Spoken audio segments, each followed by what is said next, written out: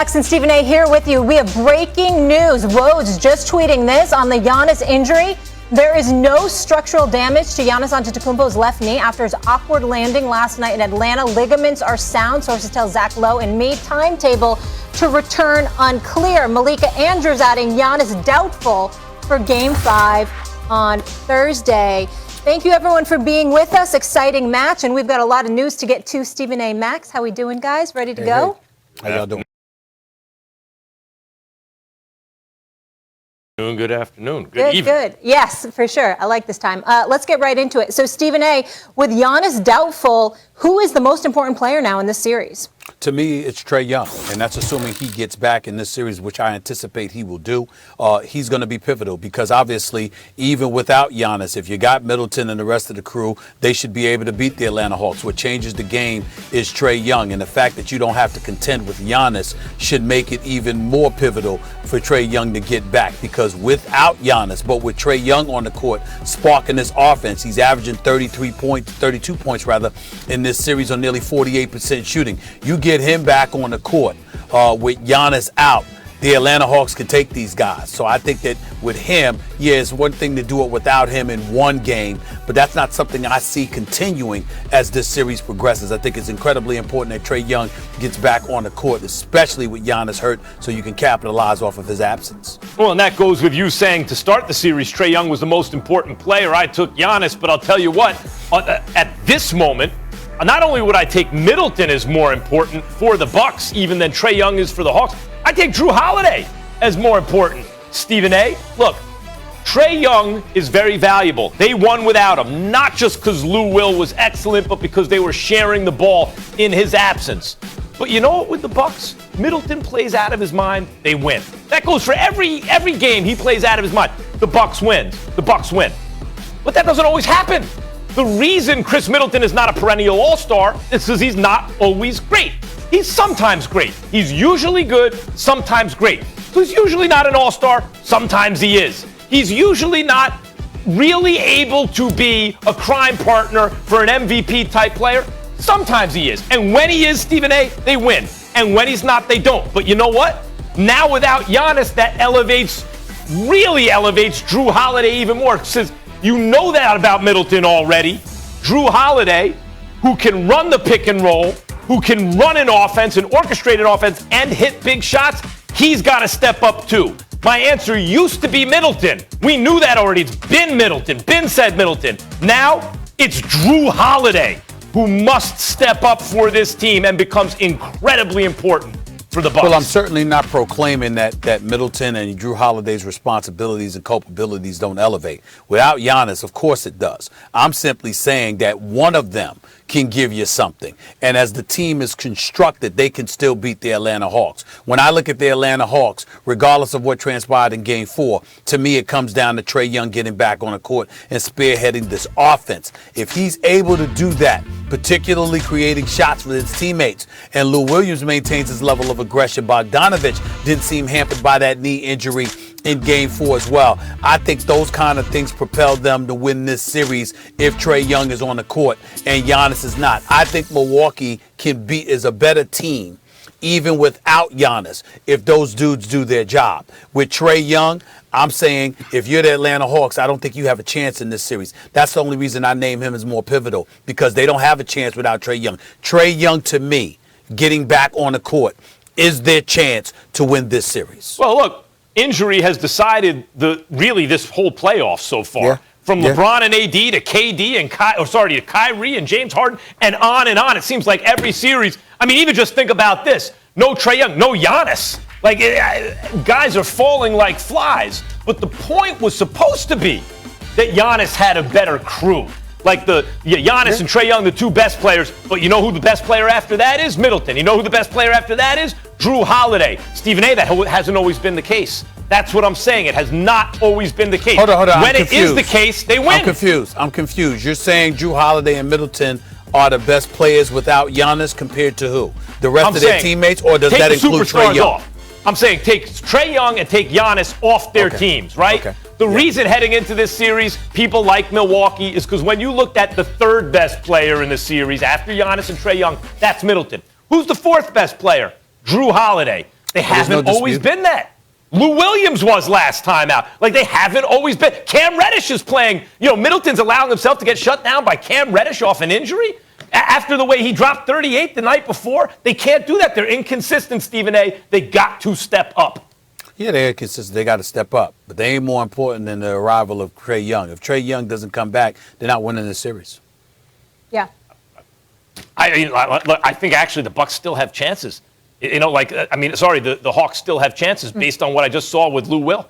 Yeah, Vegas and BPI both have the Bucks still winning this series. Guys, let's keep it moving, though. We have a Game 6 tonight right here on ESPN, a finals berth on the line. The Suns missing a huge opportunity to close out the series. Game 5 Monday in Phoenix. They get another shot to punch their ticket to the finals tonight in L.A. Speaking of L.A., we know the Clippers not scared with their back against the wall, being down 0-2 in their last two series. They'll look to push it to a Game 7 back in Phoenix without their best player, Kawhi Leonard. Zubac, questionable. Max, who has the most on the line tonight? Oh, by far, Chris Paul. By far. I'll leave Paul George or whoever else to you, Stephen A. I think some guys can add to their legacy, right? Some guys can improve.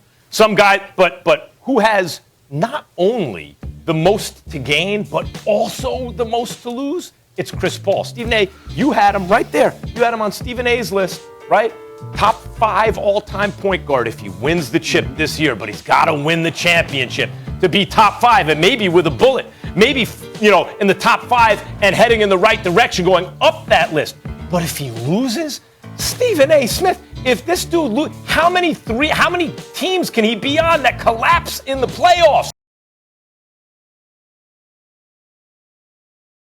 As much as we talk about point guard and how Chris Paul is the perfect point guard and everything, maybe we're talking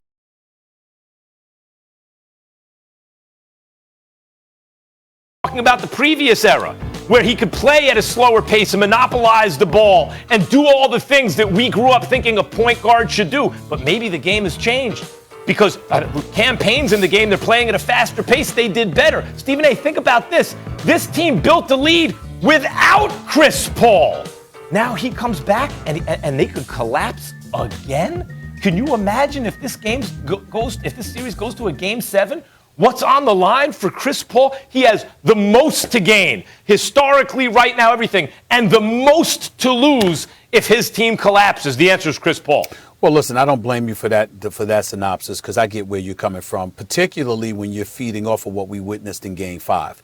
In Game 5, you have to get DeAndre Ayton the ball.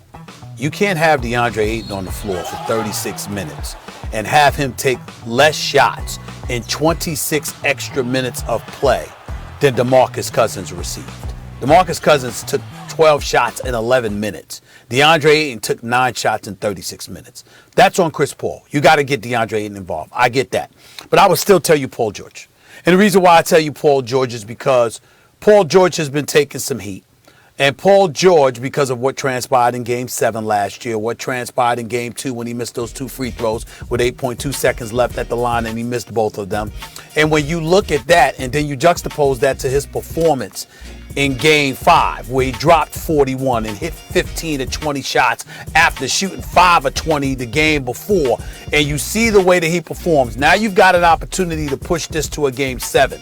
And if you wet the bed and don't show up tonight and play small, and the Phoenix Suns advance to the NBA Finals for the first time since 1993, and Chris Paul is in his first NBA Finals, ever, and you're Paul George and you don't close the deal, and you don't push this to a Game 7, there's a lot of heat that he's going to take too. Because here's the reality, from a philosophical perspective, Max.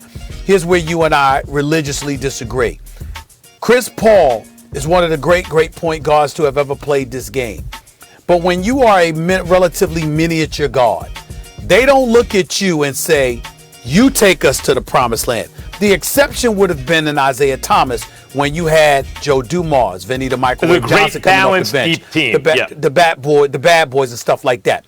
But Allen Iverson, everybody looked at him and said, even though he was the answer, he's the 6-foot guard out of Georgetown. There's so much he's going to do. You look at other guards throughout history that have been relatively small. You look at the great Kevin Johnson that played with Barkley in Phoenix when they went to the finals and was a scoring machine.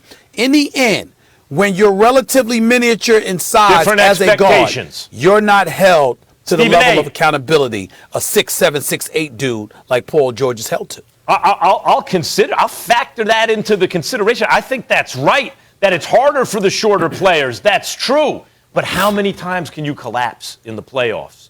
And how many excuses can you make? Well, that's a Doc Rivers thing. That was on a Doc Rivers team. Well, he got hurt this year. But this year, Stephen A., everyone else is hurt. You'd be right if they were playing worse without him and then better with him. They were playing better with his backup, worse with him, and it's because the tempo slows down. He monopolizes the ball. It's because he wasn't getting the ball to Ayton Wright. But not only that, Stephen A., Kawhi is not playing for the other team. He is in a season right now. He's in a season right now where the other superstars are all hurt. You know the one team that's all together? The Suns. So when you bring up the valid point, look, this dude's 6 feet tall. This is a game of giants. But he's got Booker, and he's got Payne, and he's got Johnson, Cam Johnson, and everybody, Bridges, and Ayton, and everybody. Pause. There's some facts that need to be brought out before you continue with that point. Number one, Chris Paul was playing sensational before COVID protocols took him out of games 1 and 2. Facts, as the kids say. Game 2, after Cameron Payne played lights out in those 37 minutes without a single turnover, 29 points and 9 assists, he gets hurt 4 minutes into game 3. When he got hurt, Devin Booker got his nose broke, had to wear the mask, and struggled miserably over a stretch of 3 games from the field shooting the basketball. All of those things are things that you're going to get taken into consideration if it's CP3. Now, again, nobody's talking about letting him off the hook. Nobody's talking about how he's not going to receive any criticism based on the pure questions that you highlighted. But I'm saying there's an answer to all of those questions that's going to at least make you pause. When you look at Paul George, he was brought to L.A. specifically to be that dude if Kawhi couldn't be for any reason. To be second banana, and I'll say this. Paul George already got the rap as being not as good as he normally is in the playoffs. I think he's great. He's better in the playoffs. He declines. He's already started to change that around. Yes, these playoffs. He has evidence that says you can bring up my failures, but you got to bring up my successes too. So he does have something to gain, but not as much to lose. Chris Paul has so much to gain and so much to lose. Because, Stephen A., you can bring up all the points and explanations for why certain things happen, but at a certain point, you can't have a whole career of that. And especially not in a year where everyone else is hurt and your team is healthy. You got the whole crew there. Through deep But I just told you they're not. That's my point. Hold up. But he's healthy. Book is playing. Ayton's playing. Kawhi's not playing. No. Booker had his nose broke and spent 3 games struggling. Cameron Payne twisted his ankle, and after game 2, we hadn't really seen him since that time. I was wondering whether or not he was still hurt. I'm still waiting for an answer to that. I was told by the Suns this dude will be ready. Okay? But clearly he hasn't been himself. All I'm trying to say to you is Kawhi not playing. Say what? Kawhi not playing is different. That's the best player on that team with 2-time Finals MVP. I do believe we all know that Kawhi Leonard's not playing. That's not the point. The point is the level of accountability that's going to be aimed in Chris Paul's direction. I'm saying he's going to get some criticism, and he's going to deserve it if they fall apart. But you're going to have people that are going to bring up those elements because you keep saying they're healthy, and they're saying they're not. All right, I want to stay with this game. I want to focus on another player, Stephen A. And it's a bit of a controversial question here, but if the Clippers pull off